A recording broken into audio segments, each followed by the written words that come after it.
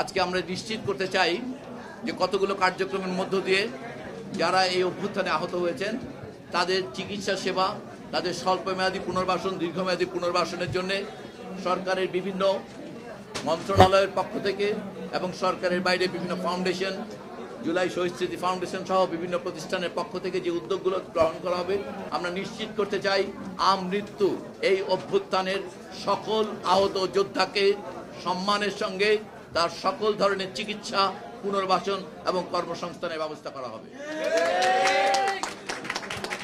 আমরা স্বাস্থ্য মন্ত্রণালয়ের পক্ষ থেকে বলতে চাই যে এই স্বাস্থ্য মন্ত্রণালয় না, শুধুমাত্র প্রতিটি আহত যোদ্ধার একটি ইউনিক আইডি কার্ড থাকবে, যেটি ওনার কার্ড তৈরি হওয়ার পর থেকে সকল ধরনের সুবিধা প্রাপ্তি নিশ্চিত করবে।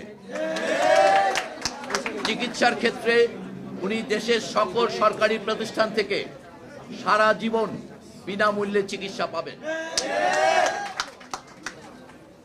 এমনকি যে সকল বেসরকারি চিকিৎসা প্রতিষ্ঠানের সঙ্গে সরকারের চুক্তি হবে সে সকল প্রতিষ্ঠানেও বিনামূল্যে চিকিৎসা পাবেন এবং ওনাদের চিকিৎসা ব্যয়ের আংশিক সরকারের কর্তৃক পরিশোধ করা হবে।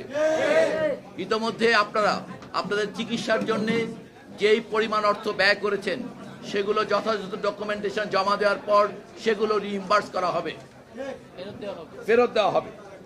যারা পঙ্গু এবং অন্ধত্ব বরণ করেছেন তাদের প্রতি রাষ্ট্রের পক্ষ থেকে সমবেদনা এবং সহানুভূতি। কিন্তু শুধুমাত্র সেখানে আমরা ক্ষান্ত নই। আমরা মনে করি প্রতিটি অন্ধ মানুষের সমস্ত জীবন কিভাবে উনি পরিচালনা করবেন সেটা ওনার শিক্ষাগত যোগ্যতা এবং ওনার সামর্থ্যের সঙ্গে মিলিয়ে ওনাকে যথাযথভাবে প্রশিক্ষিত করে সমগ্র জীবন যাপনের জন্য ওনাকে এবং ওনার পরিবারকে রাষ্ট্রের পক্ষ থেকে আর্থিক সহায়তা দেওয়া হবে এবং কর্মসংস্থানের ব্যবস্থা করা হবে। আমরা মনে করি এবারের এই 20-25 হাজার যারা আহত হয়েছেন তাদের সবচেয়ে বড় ট্রমা যেটা হয়েছে সেটা হচ্ছে মানসিকভাবে তাদেরকে সাংঘাতিকভাবে তারা আঘাতগ্রস্ত হয়েছেন। এটা মেডিকেল টার্মে পোস্ট পিটিএসডি, এবং এটাকে অ্যাড্রেস করার জন্য যেন তাদের সবাইকে একটি টেলিমেডিসিন নেটওয়ার্কের আওতায় আনা হবে এবং সেই টেলিমেডিসিন নেটওয়ার্কের পর যাদেরকে স্ক্রিন করে মনে হবে সামনাসামনি সাইকোথেরাপি দিতে হবে তাদের সবাইকে আমাদের দেশের একটি নেটওয়ার্ক হবে 8টি ডিভিশনাল হেডকোয়ার্টারে।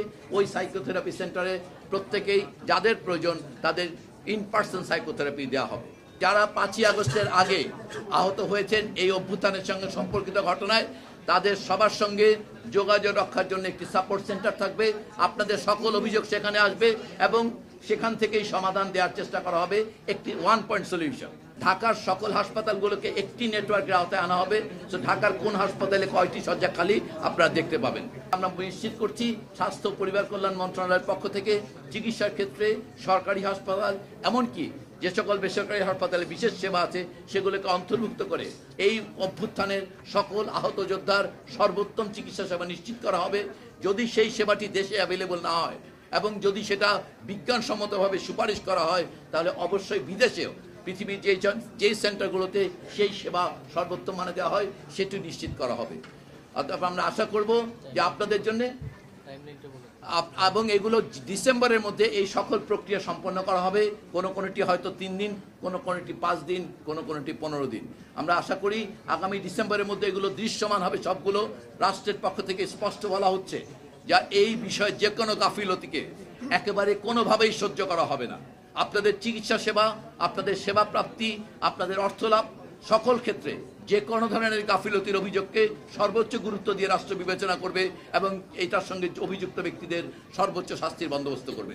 অতএব আমরা নিশ্চিত করতে চাই যেন এই মেশিনারির সঙ্গে জড়িত এই আহত যোদ্ধাদের সেবা এবং অন্যান্য কর্মকাণ্ডের সঙ্গে জড়িত সকল সরকারের সকল অর্গান যেন এটাকে সর্বোত্তম প্রায়োরিটি দেয়।